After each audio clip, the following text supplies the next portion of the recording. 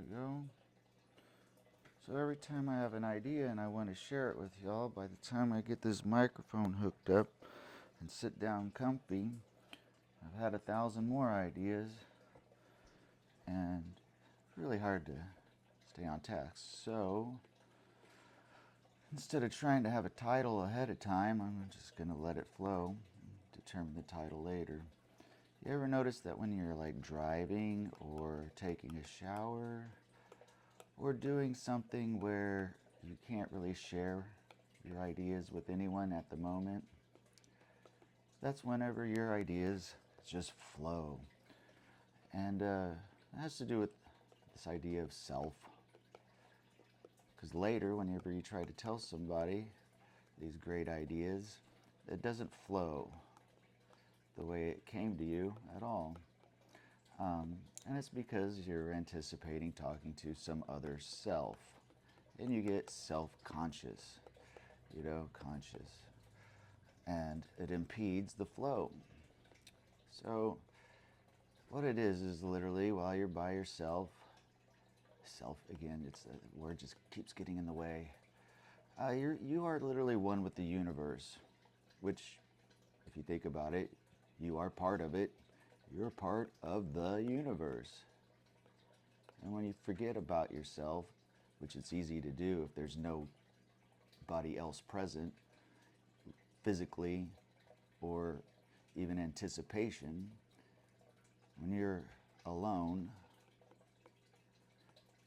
that's whenever you are the most you. Okay? So, in order for us to captivate these ideas that come in such pure form in a way where we can share them with one another, we can use technology, right? You could put a voice recorder in the shower or use your phone in the car, etc. But then as soon as you do that, the ideas stop because we're aware that we're trying to communicate an idea from one self to another self. Oh, it's that word again.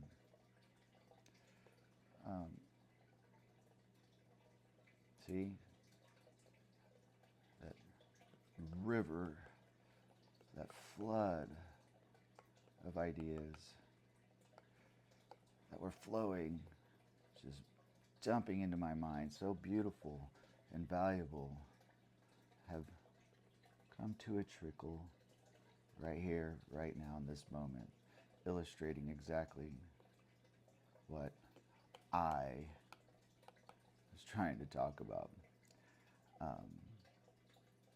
You see this issue of self getting in the way of everything humanity is doing. It's ultimately our final frontier. You see it in physics all the time. Quantum mechanics. What is the observer?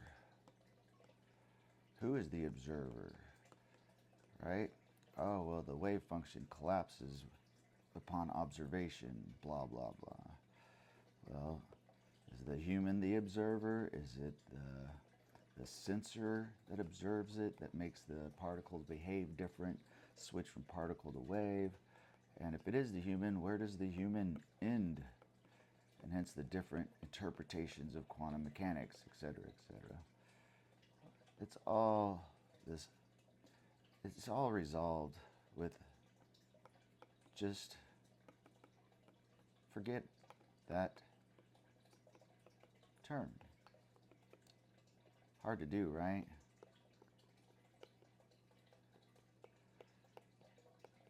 Sure, it's extremely difficult, but it's also super easy because you do it every time you're alone. Like when you're in your car by yourself. Because the observer is the entire universe. Sure. But then we end up with, using that interpretation, we end up with conclusions that we can't really translate in a way that selves or people can understand in a way that has practical use, right? Applying these conclusions. Oh, there's an infinite number of parallel universes, etc., etc. How do I practically apply that to help me, right? And that's why the other philosophical train of thought, they say, just shut up and calculate, right? Which is a mindless thing. Shut up and calculate, you'll get the answer, and we can use that, and we can apply it practically, and make our phones work better, and electrical devices, and all that. Yes, that's great. But in order to improve upon what we currently have, we have to do something that is not mindless, right? Dead things can calculate. We have a capacity for creative thought.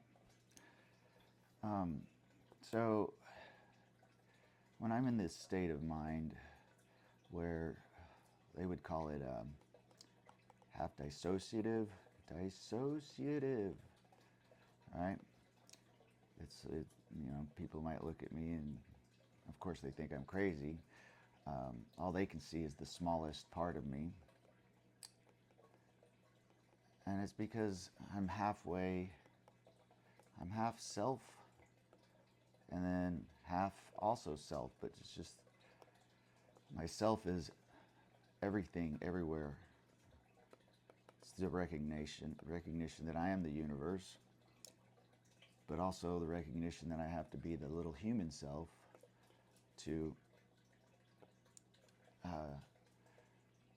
translate the ideas from the bigger me through the smaller me to the other yous. And that's hard to do. It's scary because I have to maintain the biology for this body while processing that information to do this. Now, it all comes from being self-conscious, that fear. If you've ever had lucid dreams, I had many when I was younger, but I didn't know there was a term for it. And at first, when you first have them, when you recognize that you're dreaming, Rick, right? It's like, oh, wow, I'm dreaming, and then you immediately wake up. And you're like, oh, man. And it happens again and again. Every time you recognize you're dreaming, you get so excited, it wakes you up. But if it happens enough, eventually you manage to stay asleep in the dream, which is pretty cool. And over time, you get to where you can be in that dream for longer and longer amounts of time. And then you slowly learn how to control that dream because you realize it's your brain that's creating that universe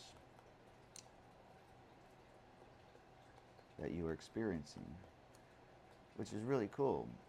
And if you get the privilege of having night after night of being in that state of mind, you realize consciousness, however you spell it, is not a spectrum where you're awake or asleep, because you're asleep, yet you're also aware and awake. You're conscious of the fact that you're asleep. So clearly it's not a spectrum. There's structure going on, right? And if you are like me, you're interested in like how is my brain processing enough information to have me present with my full thinking faculties and analysis abilities while also producing this whole universe. And as I analyzed these occurrences more and more often, I'd ask, like, how high a resolution? Just like a video game, you got the 8-bit, 16-bit. I pushed my brain to see just what the limits were of the visual imagery and also things that are happening. You know, when I was little, I'd have dreams where I was falling and I'd get so scared I'd wake up, you know, over and over. And that fear, that's just a reflection of what do dreams mean? What do they mean? Right? All that was my brain trying to rationalize the emotions that I was already feeling, my insecurities. So it's just picking out a random scenario, the simplest scenario that it could find that fit what I was already feeling. So in your dreams, if you're having nightmares and such, it's not what's happening that has any meaning at all. No, it's just it's usually the simplest, right? A simple way of telling a story that fits what you are feeling. That's all it is. Okay? So eventually, instead of falling, I struggled night after night to not fall, and eventually I could fly. Well, it started off with just floating, and instead of falling, I would just start floating off the ground, and then I'd be all scared that I'd float into space, float away. So I'd be like doggy paddling, trying to reach a flagpole or something. Um, but in my life, my real life, as I felt less and less insecure, I became more and more of control. Um, so I would have the dreams where I'm flying, which is a common thing, you know. So when the lucid dreams came, it's just this process of becoming more confident in yourself and in your life. It's what allows this process to get, actually make progress. And as I looked at the resolution, I could tell that if I allowed myself to fly and I was testing the brain and its limitations, what if I flew faster than the speed of sound? I'm trying to imagine what that would be like while I was in this state, right? Super fast. Okay, well, what if while I was doing that, I did cartwheels? And what if I was up in the sky really high and down below me were giant cities with lights and all that? For some reason, I always chose nighttime because I like the lights. And trying to imagine all of that, that was cool. And I pushed and pushed and pushed.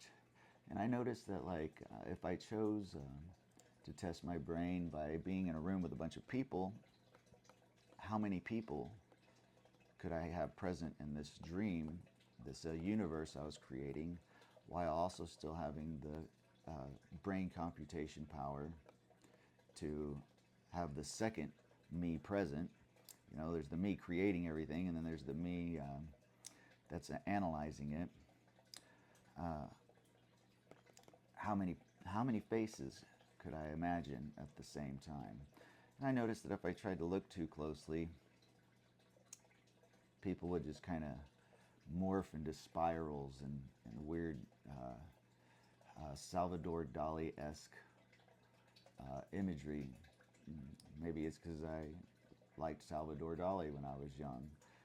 It seemed like these faces, from what I've read somewhere once, which may or may not be true, I've heard that the brain doesn't invent a unique face. If you can imagine any kind of face in your head like that, a face in your dream is a face you've seen at some point in your life, whether it was somebody who was just walking by or somewhere at some time it's a face you saw.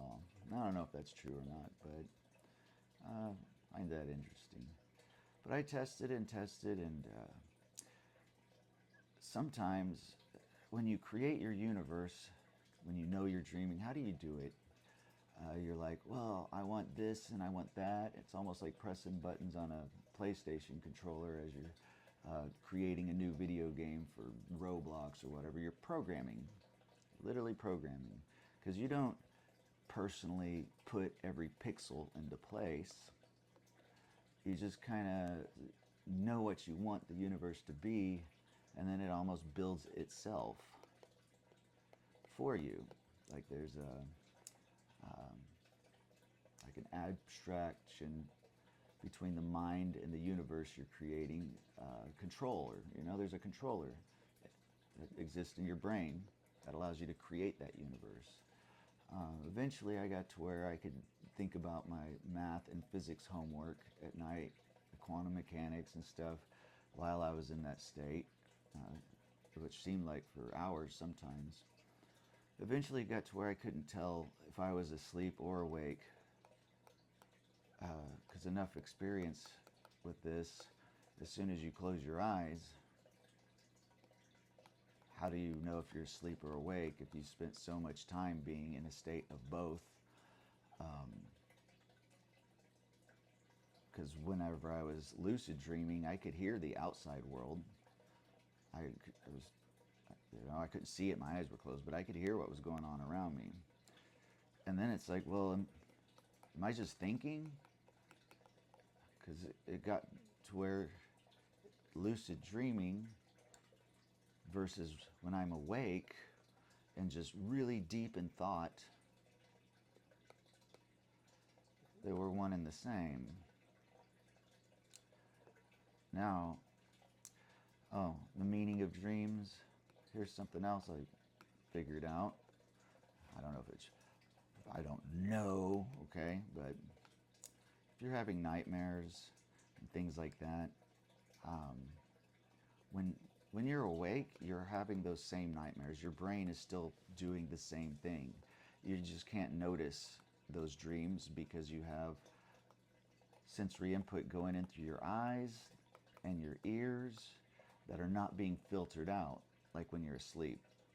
And this information is overwhelming your conscious state, and you're processing that and thinking about that. But behind that, all right, your nightmares are still being processed. They're still present. They're just not as noticeable. Your brain is still doing this as well. It's just when you go to sleep and you close your eyes and your brain starts filtering out that information flowing in through your ears, that then you can notice this. So self-confidence is really key. It's without it, your brain power is, a lot of it's getting wasted on trying to rationalize those fears in the back of your head. Of course, what can you do about self-confidence? It's a direct effect of the world around you. So you can't fix your self-confidence by focusing on yourself, like they always say. It's an effect of what's all around you, which again is everything around you is an extended part of yourself. There's techniques and things on the note of brain. Yeah, that's brain, not Brian. What is a neuron? Well, they say it's a brain cell, but there's glia. But you notice your brain is made out of protons and electrons. It's made out of the same stuff as everything else around you. So where does your brain actually end? Well, biologically, yeah, we call it that stuff that's in what we call our head. But think about whenever you come home and you have your car keys and your house keys or whatever, and you walk in the house and you have a hook on the door, a hook on the wall where you hang your keys every day. Well then, when you go to leave your house, you just grab your keys without any thought at all. Okay? It's just done. Whereas some people come home and they put their keys in some random spot every time, and then every time they have to leave their house, it's an ordeal which requires thought and problem solving. Well, your brain does a whole lot of stuff for you. It's processing all kinds of things, making your heart beat, blood pump, all that, it's all those things. You breathe, and you do it without thought. That's predominantly what your brain is for. It's a computer, first and foremost, and then the alive part of you is your conscious thought. Now, the information flowing in through your sensory inputs, right, most of it gets filtered out. The only part that you have to be conscious of is the part that doesn't make sense. That's when it gets kicked up, like, where are my keys? So make your world around you part of your brain by being organized. That hook where you put your keys, that is now a neuron. Literally a neuron. And, well, okay, neurons specific. Say brain cell. It's a brain cell. And it's doing the same thing many of your brain cells do for you, like making your heart beat, making your lungs breathe. Now it's making sure your keys are where they need to be without conscious intervention. So you organize the world around you. That's the same thing as when your brain learns new things and rewires to be more aware. As you push your mind to learn about and understand new thoughts, abstractions. So let's say you're trying to understand something in math and you just don't get it yet, and you don't get it. The more you keep trying to understand it, the closer you get to understanding it, with practice and play. It's more play. You can't practice until you know what to do. You play with the idea, and what that's doing is stimulating your neural network. And every time you have a thought, the way you actually have thoughts is neurons are making connections.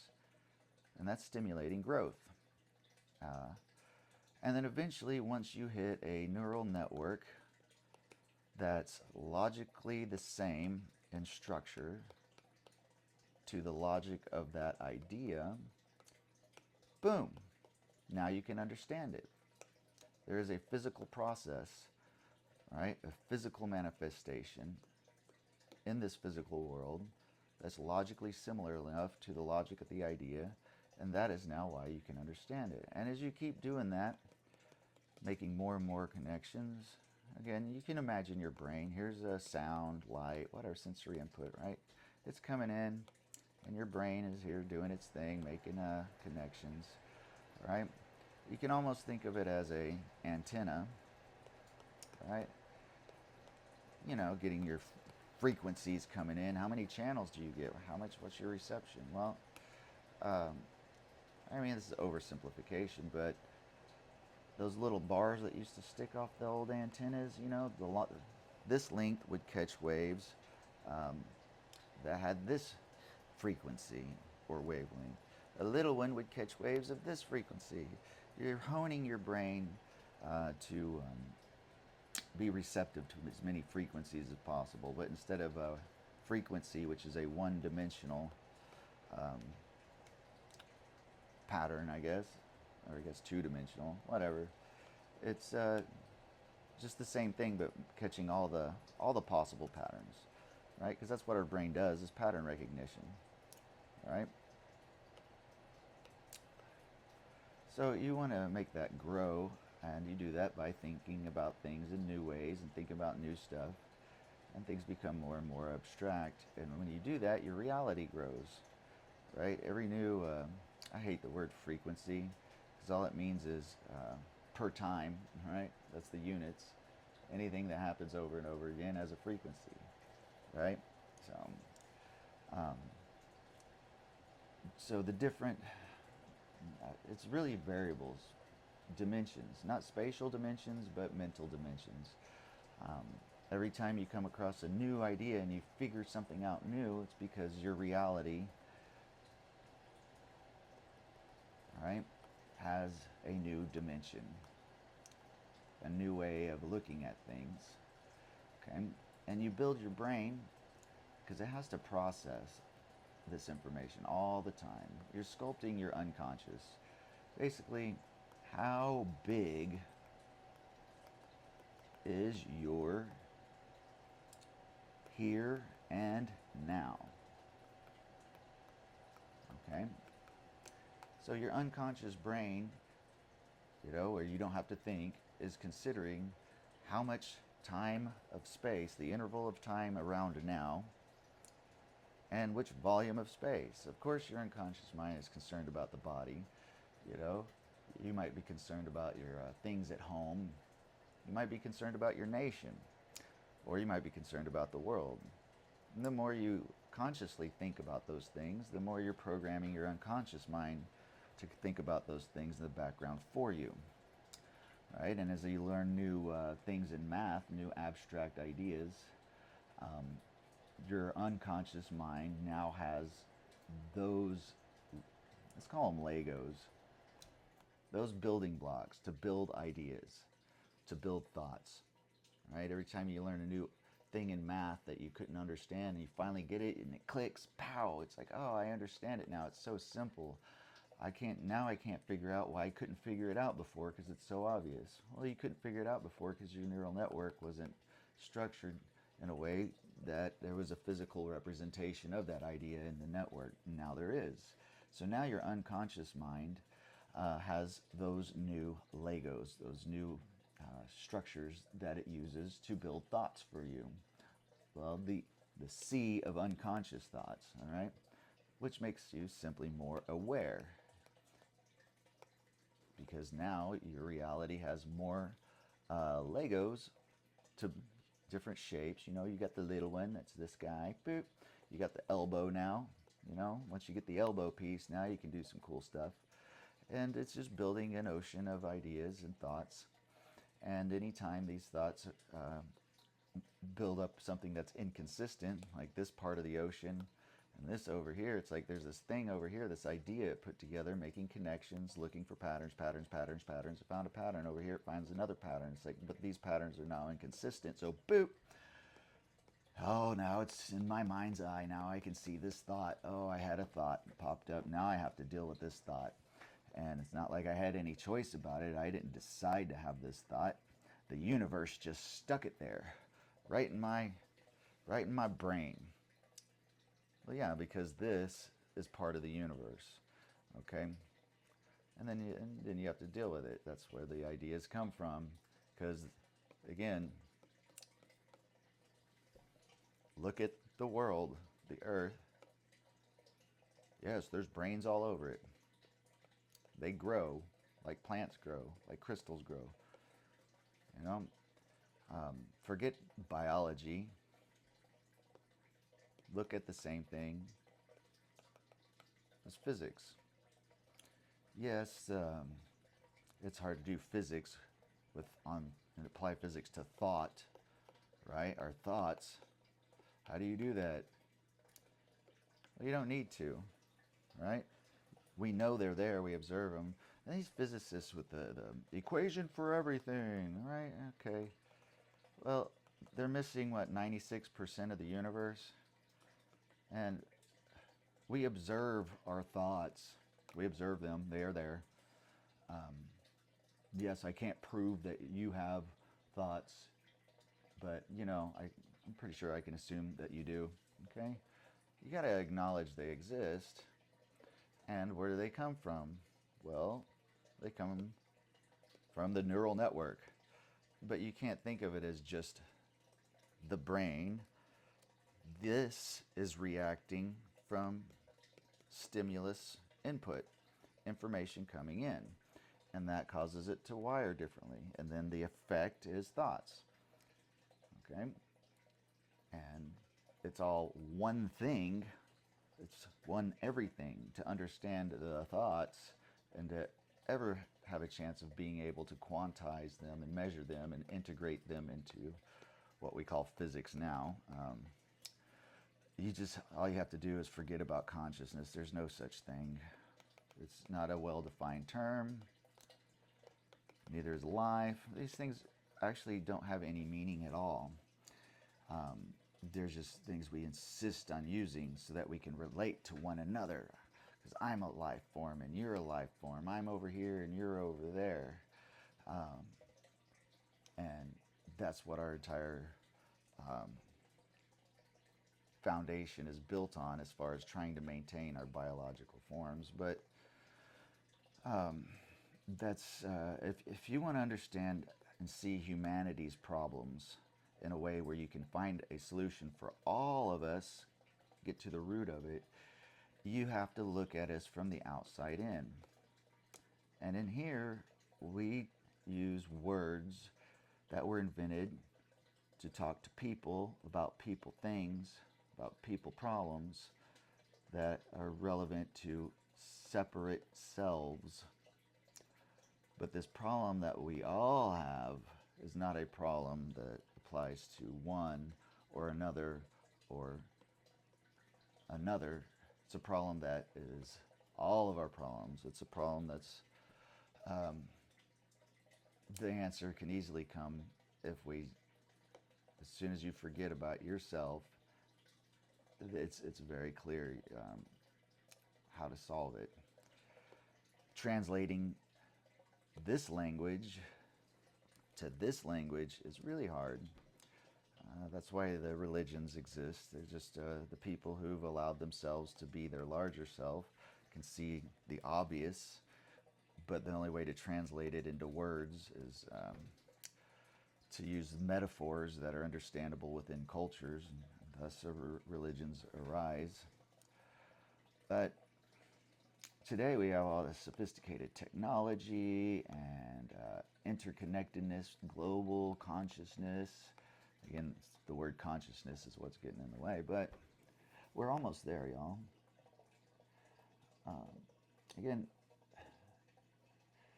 I have much clearer ways of explaining this so that the magnitude of the meaning hits better. But when you are there listening, then I am really here because you are there, and that makes me the smallest me possible. Right now, I am the smallest me because I am talking to all of you, right? The self-conscious is hitting the hardest. So hi, I'm the smallest me there is, and that's a universe, the whole universe, trying to communicate through this tiniest little orifice to y'all. But that doesn't mean I'm not going to share, because I can do my best. And you know what? As I practice this more and more, I'll become less self-conscious. Just like when I first started teaching, I was 25 years old, but I looked like I was 12, and they threw me in front of 180 people. I was really shy, but eventually I overcame that and got desensitized. So hopefully the more time I spend with y'all, right, the more I can be the larger me. And the larger me, instead of excluding y'all, includes y'all, because we are everything, which is like a hippy-dippy phrase you stitch on a pillow or whatever. But what does that mean?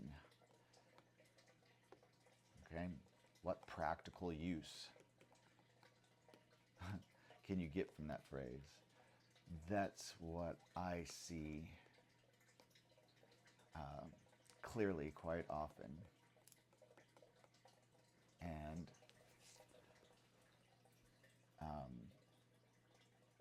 things that we can actually implement. Implementable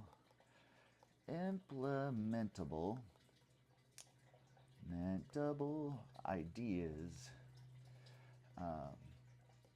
from the universe or whatever. I don't know what to call it, but I mean, technically that's what it is, that we can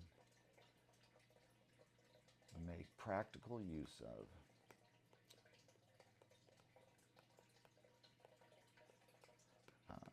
So, mathematical radical, my passion, trying to find and solve the root. Radical, the root of the problem. Right? That's the root symbol. Okay? It's the problem behind all problems. Right now, well, for a long time it was, well, what is the problem behind all problems? Right now I've defined it as unnecessary, however, I don't know how many, unnecessary human suffering. All right? All the suffering we bring upon ourselves that we don't need. How do we resolve that? And I have some pretty good ideas of absolute practical use. Math education is something that has some really, really philosophical, fundamental flaws that are propagating brain damage. It's literally killing everybody to the point where they cannot think. I mean, the whole point of it, of math, is to help people think. It's the art of thought. Okay? That's what it is. And our good old Cartesian coordinate system, boop, from Descartes, that I think, therefore I am. Thinking is the gift of being alive. This is what we need to fertilize and help grow. So in the classroom, I quite literally garden neural networks. Now, of course, in math ed, teacher training classes, they say the same thing as like a metaphor, because it sounds all happy, hippy dippy. I mean it quite literally. Quite literally. And what I mean by that is replace the words garden, neurons with whatever the hell you want. It doesn't matter. There's just labels. You know, it's exactly what I'm doing. Whereas they're just using it as an inspirational quote, kind of like be one with the universe, man. It sounds, great and all, but no, I mean it in a very literal sense.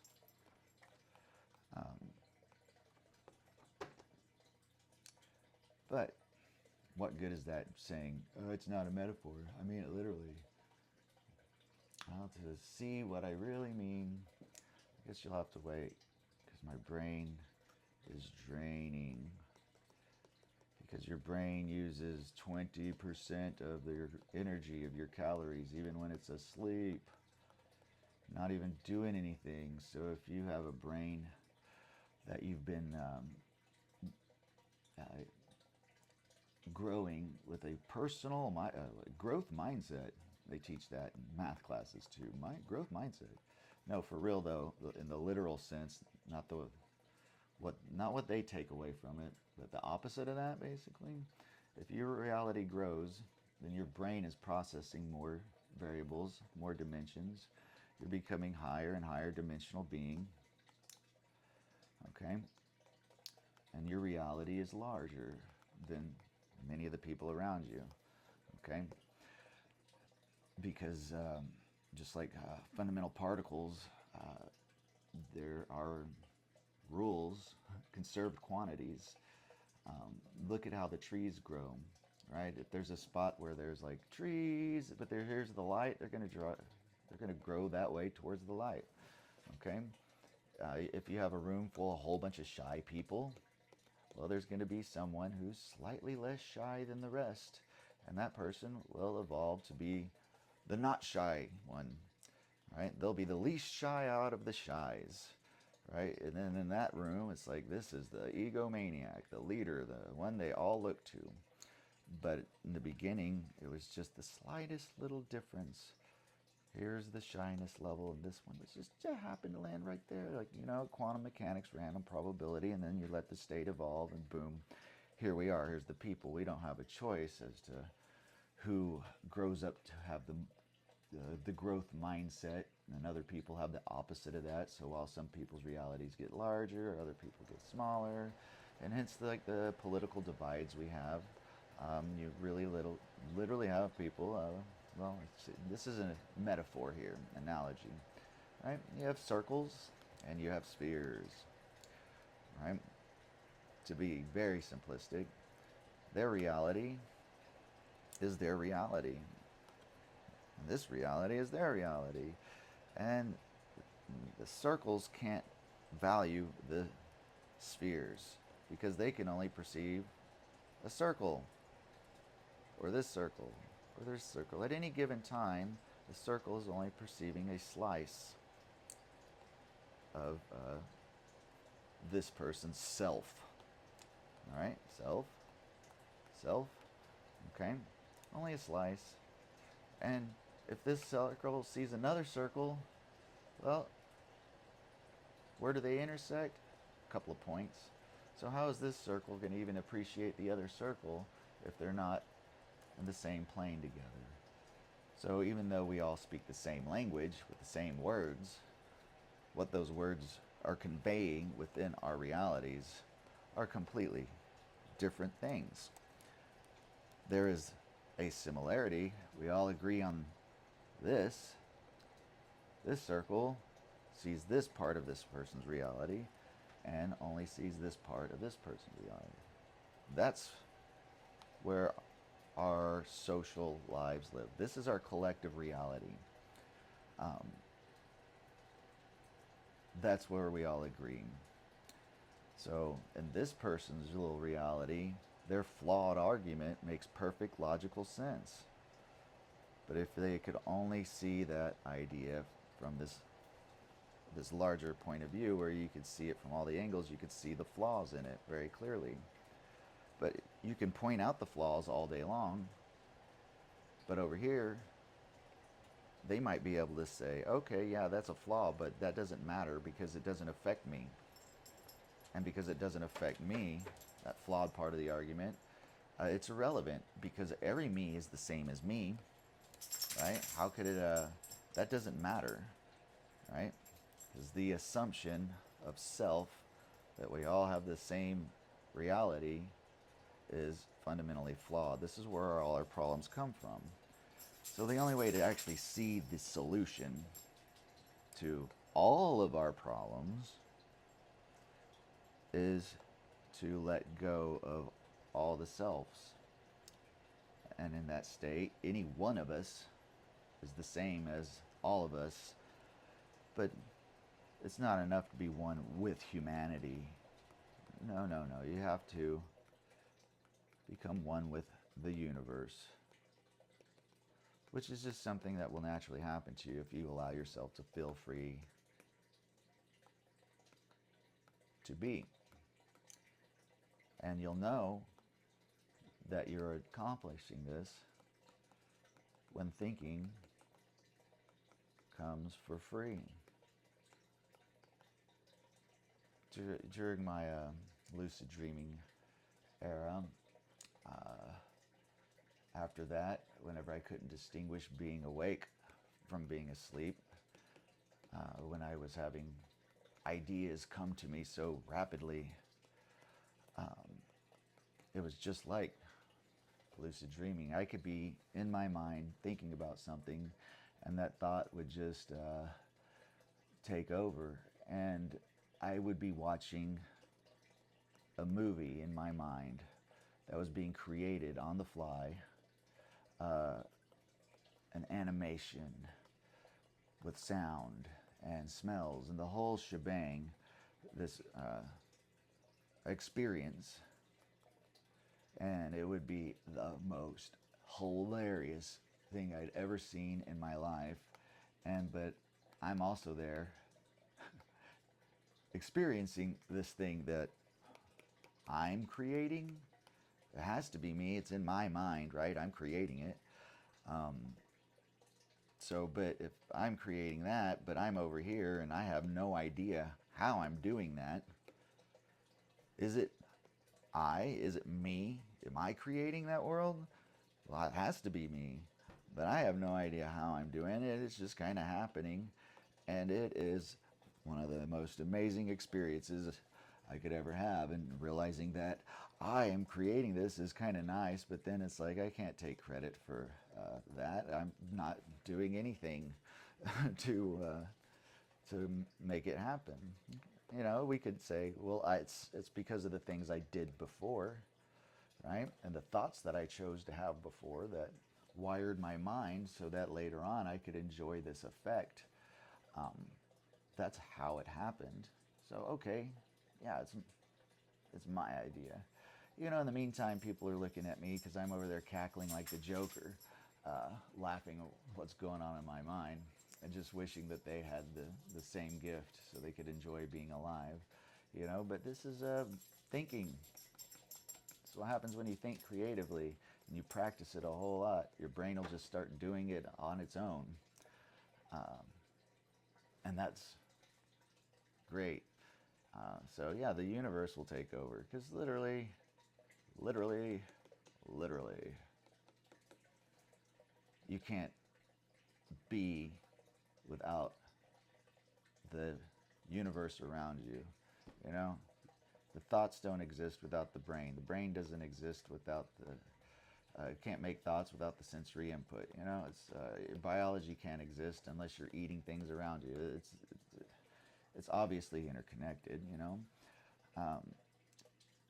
but if you want to see the solutions to make this process of being more efficient, to see how to allow us all to feel free to think, to feel more free,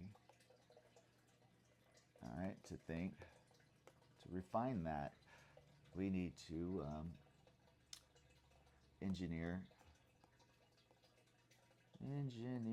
the world around us. Here we are, right?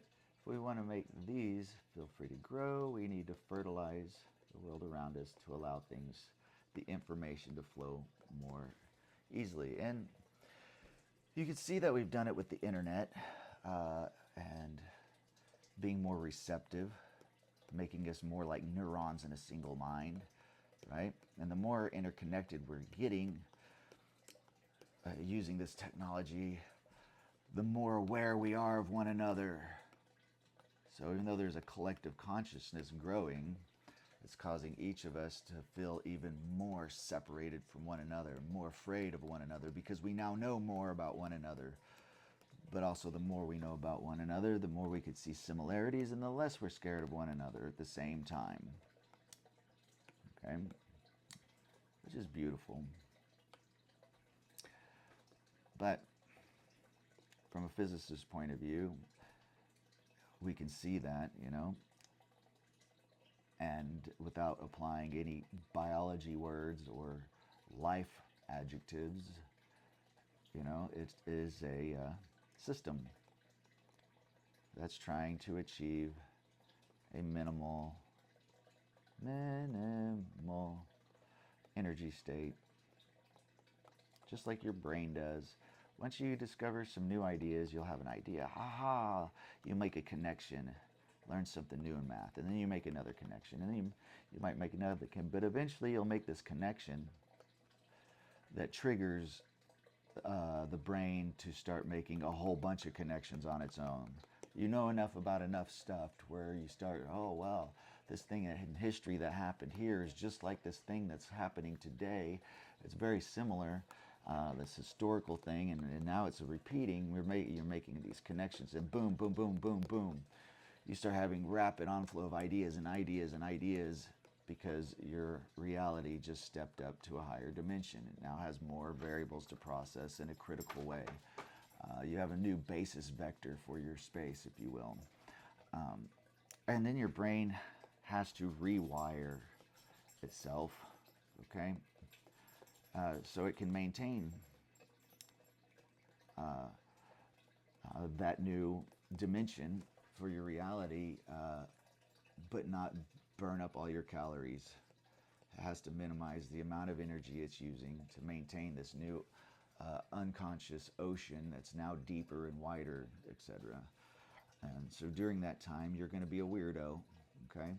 It's going to be super, super amazing, and it's going to be really hard to share those ideas in the state you're in because they're coming so fluid, because you are literally now a larger self, okay? And your filters of reality are going to like shake apart because you're going to notice these false assumptions that you never knew you had and be like, oh, wow, there's a whole new world out there that I never saw that was right in front of my face, okay? And from the outside in, people are going to look at you and you're going to look like the smallest person ever, especially if you try to share that experience with them. But little do they know that it's because you are actually larger than you've ever been, right? That dissociative state, you're losing the sense of self. It's not that you're losing the sense of self, you are gaining a sense of self. But that's the nature of all these things. It's always, the perception is always the opposite, of what's truly happening whenever you look at things from the inside out or flip to the outside in. Which side is the inside and which side is the outside? How do you tell, right? Both are true, but one's truer in a larger context than the other. Okay? So how do you share these truths in a way that's receptive? Well, the same thing happens on a global level. There's just, whatever, protons and electrons making these brains doing their thing, okay? It's cause and effect, sensory input in, I act out. Sensory input in, I'm passionate, and I'm going to share. Sensory input in, it makes me scared. It's just cause and effect. It's a physical system. All right, and we are pushing. There's a pressure present because of this rapid personal growth we've had with the advent of science. Okay, why did science pop up when it did? It could have popped up any time within the previous 3 million years. Okay, this was just an observable of an underlying state of the physical world. All right, when I say physical world, I'm including neural networks and the things that we call biology. That's part of the physical world, okay? And the different complexity in the structures of what we call, say, brains or whatever, is what allowed this to manifest. Now, this idea had arisen many, many, many, many, many times before, but it finally made it through into a person and actually finally spread amongst all the other people, finally. And it crystallized in the form of, we could define it with words and such, and make it rigid and share it in such a way. So that the result was all this technology, and that technology caused more neural networks to become more complicated and new ideas to come in over and over and over again to different people's brains until finally that new idea would pop out in the form of words and sounds and symbols that could be recognized by other brains, right? Because that's the dilemma. The thoughts that are in my head, the ones that I can observe directly, right? Well, the thoughts that I know that I have are made of pictures. I can see pictures in my mind. I can hear sounds in my mind. Sounds,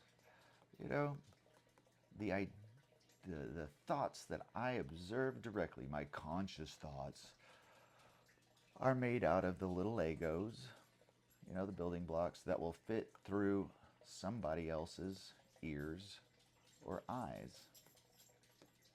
Those are the ones I directly observe. Well, my mind is not limited to the language of your ears or your eyes or physical orifices. So why do I restrict myself to only directly observing those thoughts. And it's because of evolution, which people don't believe in. I don't care what you believe in. If you forget about yourself and just look and see what is, by any other words, it's obvious. This neural network came from the same instructions, if you will, or cause and effects as any other. And that's why, because it's only the presence of another person that you have a sense of self in the first place. If you've never been around another human being, ever, ever, ever, you wouldn't have this concept of self. You wouldn't even believe that you ended at your skin. You wouldn't even have a word for skin. You wouldn't have a label for anything. You would just perceive, right? It's only when, okay, you can have a hat. This pile of protons and electrons, where is the boundary? Where does it end? Well, you have to have a difference to make a perspective. How do you make a difference? Through having same things. It's only through having a same structure that you can really define two separate things in the universe. The same is what allows us to have a difference. Now that I have an idea of a thing, anything, any one thing, to separate any one thing from the everything is completely artificial, but it's the first step to us being alive, if you will. And of course, it's not a well-defined term, okay? So, if there wasn't a similar pile of electrons and protons, that's all it is, an arrangement of particles that happen to have a similar shape to this pile of protons and electrons. And it seems to be that not only are they similar, but that pattern is complex enough for these two volumes of space in the universe that have protons and electrons in them. All right, if they're similar enough and complex enough, the effect, so that's the cause, the effect of that happening through random processes, if you will, in the universe, is the universe labels itself as this is a thing and that's a thing, right? That's what it means to be alive. We're just a portion of the universe that decided to separate itself artificially from everything else, and there's no actual use to do that. There's no use in doing that if there's not another person. If there's no other person, what practical use is there in separating yourself from the everything? There's none at all. Okay? So only with these two patterns of similar structures of protons and electrons that happen to pop into existence within a proximity close enough where information can be exchanged in a high enough bandwidth between these two. It's a resonance, if you will. All right, for recognition. It's hard to talk about this with words because words were not invented to talk about this. They almost always convey the exact opposite of what I'm intending to say here. But that's where self manifests, right? It is a physical response to the universe. And, it's hard for me to say the physical world versus the thought, well, they're one and the same because you don't actually observe anything physical. All we observe is our thoughts, period. It's just like your body is similar in shape to my body, okay? That's why we say, oh, they're alive like me, okay? The thoughts that I have that are responses to the universe throwing photons at my eye that sends a signal And then the brain that the universe grew, all right, for me, plants this vision of what I so-called see, as if I'm doing something. I'm seeing the universe around me. No, I'm not doing anything. The universe is stimulating my network to force an idea of what I see around me. Right? The universe is doing everything. I'm not actively doing anything to see, you know? It's totally backwards as far as how our words are implemented, okay? So, uh, in the beginning, so why do we only observe thoughts in our heads made out of Legos that will fit through other people's orifices, okay? Early on, once we started recognizing self and each other, there's no point in me trying to tell you something that you are obviously aware of, and vice versa. Why would you invent a communication notation unless you absolutely needed to? So anything we're all completely and utterly obviously aware of, that's not what words were invented to describe. The things that I become aware of that you aren't, that you need to know about, because I'm over here, and over here is a little bit different than over here, and then those slight discrepancies, I need to share something with you so that we can survive in this area without, dying, right, our biological bodies. Only for my survival will I be motivated to share with you the information you need so that we can protect us, because it turns out if this goes down, the effect is you're going to go down too. So we need to protect this now. So I invent words to tell you things about this area, right?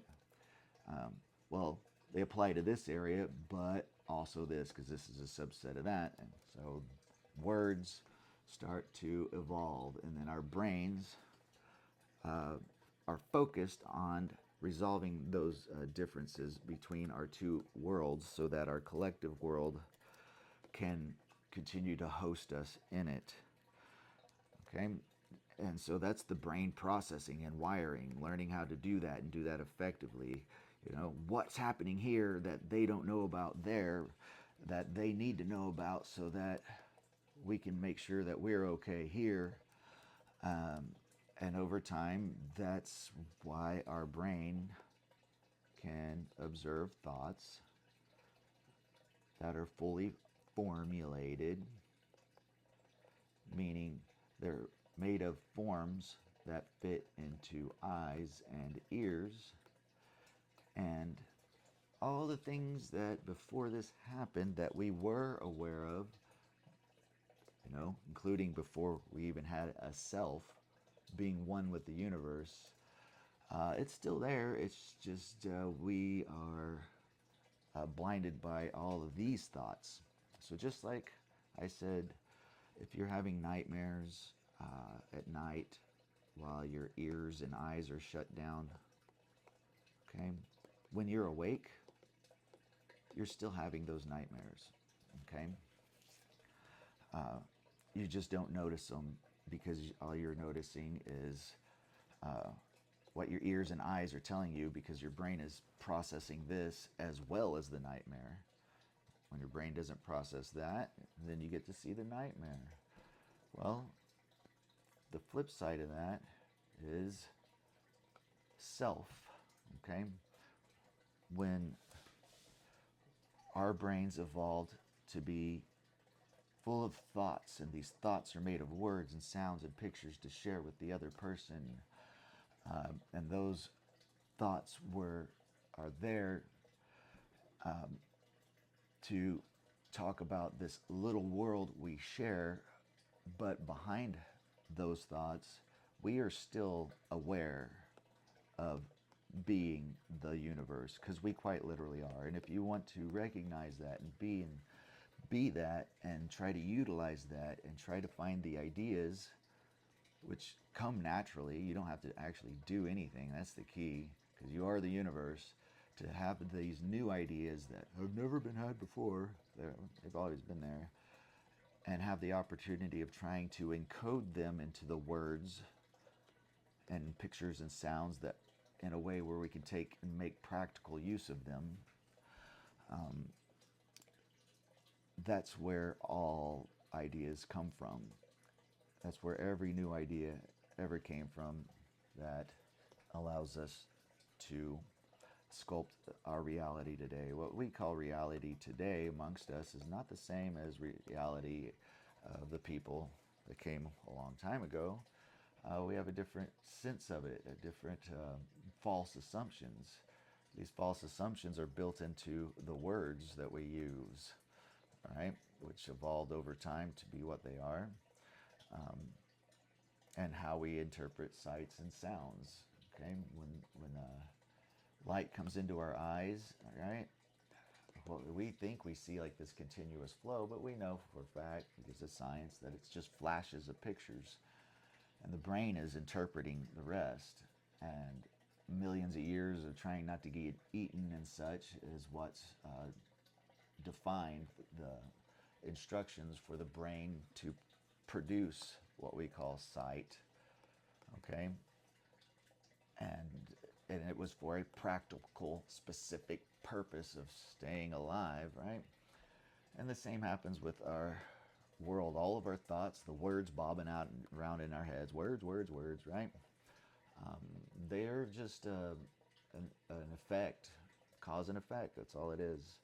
You know, look at it in a form of simple physics and forget that we are living things with all this blah, blah, blah, right? Cause and effect, right? The invention of these words is an effect from a cause, right? The words that pop into your head, right, is a cause from an effect.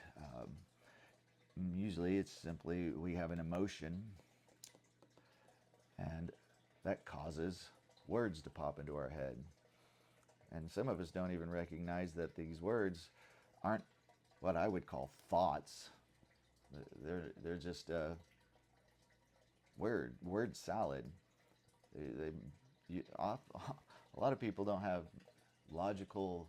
any logical meaning to the words going through their head. Of course, they feel like they do. They would call them thoughts, but I think it's more just word salad popping into a mind because of an emotion, because the brain's trying to rationalize it.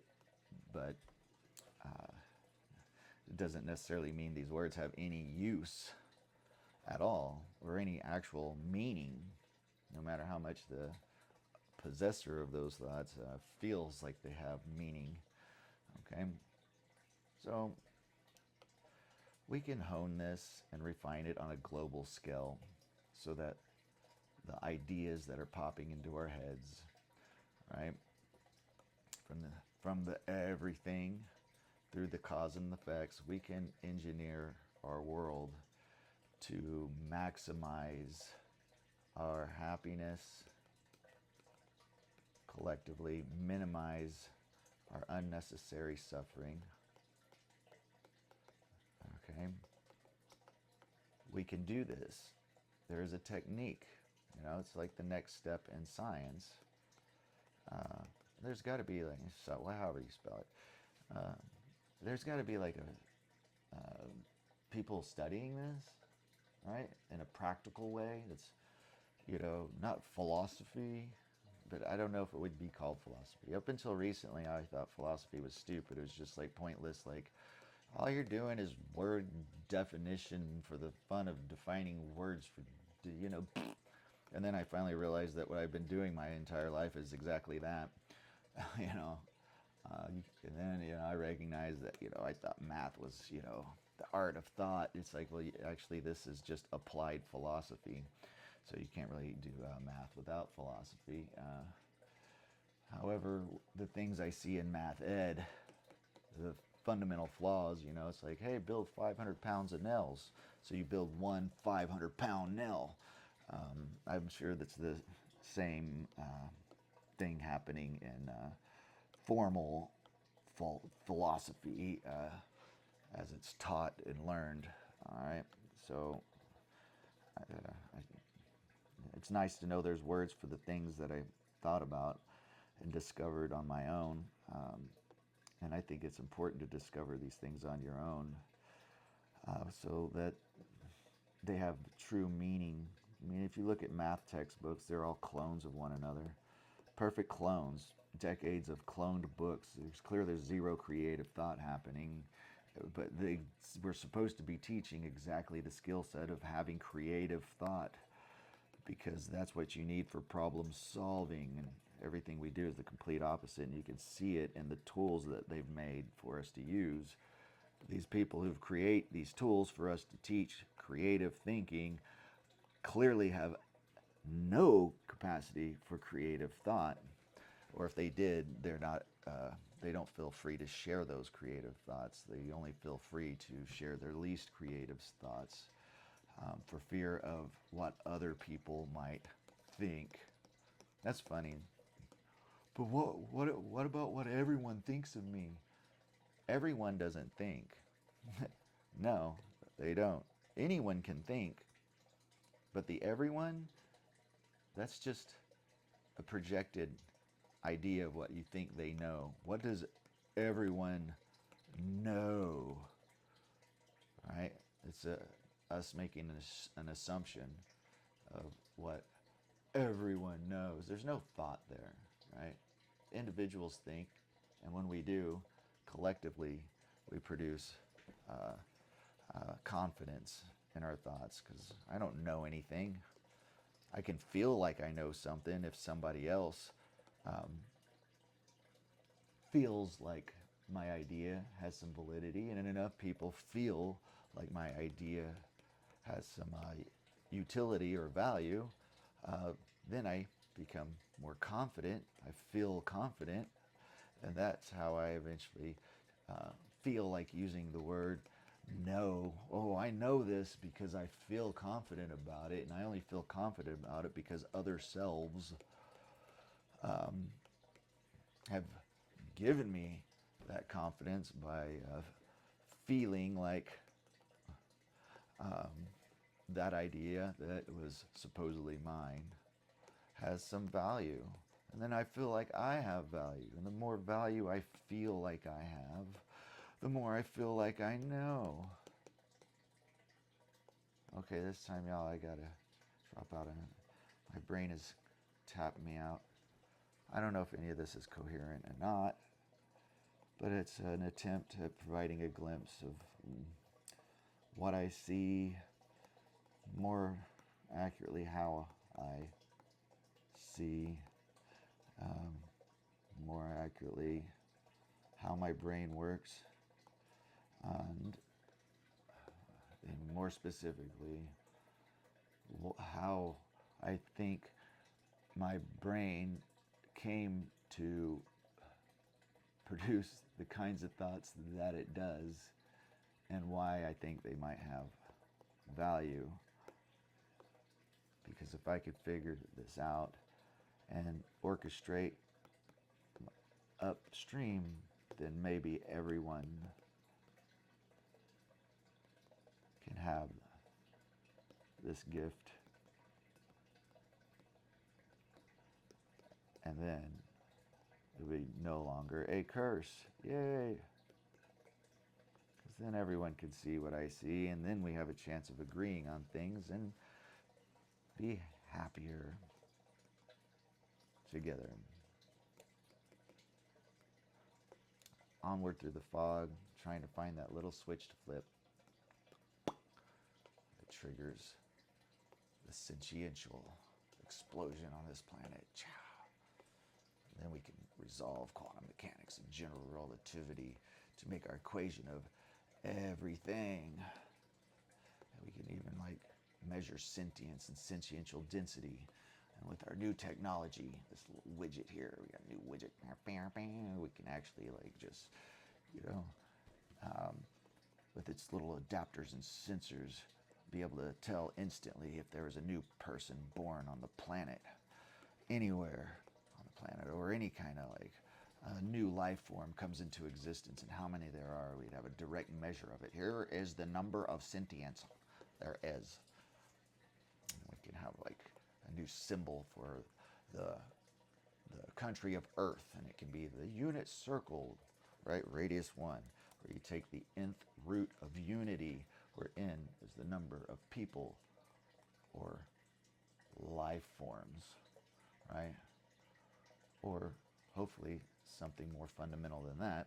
And then on our little symbol that represents us all, our flag, if you will, there's like, ooh, little live updated projected into the sky or into your minds or whatever. It's like, here you go. There's like a representation for each and every one of us that exist, and it just got our satellites and it just knows, and then we all know, and we're all aware, not only aware of one another, but we have an actual precise way of being aware of how many of us we need to be aware of, and so on and so on. All right, mathematical radical out. Love you all. Yeah, feel free to reach out. I'm really lonely, y'all.